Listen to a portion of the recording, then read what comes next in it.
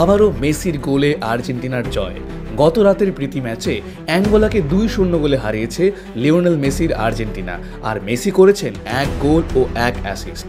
ম্যাচের প্রথমার্ধেই 1-0 গোলের লিড নেয় আর্জেন্টিনা। বস্তুত গত ম্যাচে আমরা লাউতারো আর মেসির এক জুটি দেখতে পাই।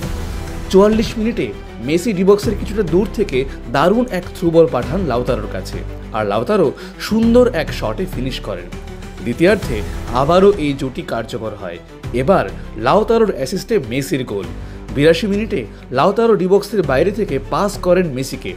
মেসি বাম পায়ে দারুণ এক শট করে ফিনিশ করেন। 2-0 গোলের জয় নিশ্চিত করে আর্জেন্টিনা। কিন্তু জানেন কি, এই আফ্রিকান দল অ্যাঙ্গোলা আর্জেন্টিনাকে 12 মিলিয়ন পে করেছে শুধুমাত্র তাদের বিরুদ্ধে খেলার জন্য। অথচ সর্বশেষ তথ্য অনুযায়ী এই অ্যাঙ্গোলার মাথাপিছু আয় 2122 মার্কিন ডলার মাত্র। এদিকে বাংলাদেশের মাথাপিছু আয় অ্যাপ্রক্সিমেটলি 2593 মার্কিন ডলার। অথচ বাংলাদেশ কেন পারে না আর্জেন্টিনার মতো দলের সঙ্গে খেলতে? কেন বাংলাদেশের ফুটবল এতখানি পিছিয়ে? এই প্রশ্ন রইল আপনাদের জন্য। এদিকে মেসির গোলের ধারা কিন্তু এখনও অব্যাহত। 38 বছর বয়সে এসেও তিনি প্রতি ম্যাচেই গোল কন্ট্রিবিউট করছেন। এই সিজনে 53 ম্যাচে তার গোল সংখ্যা 46, অ্যাসিস্ট 24টি, মোট 70টি গোল কন্ট্রিবিউশন।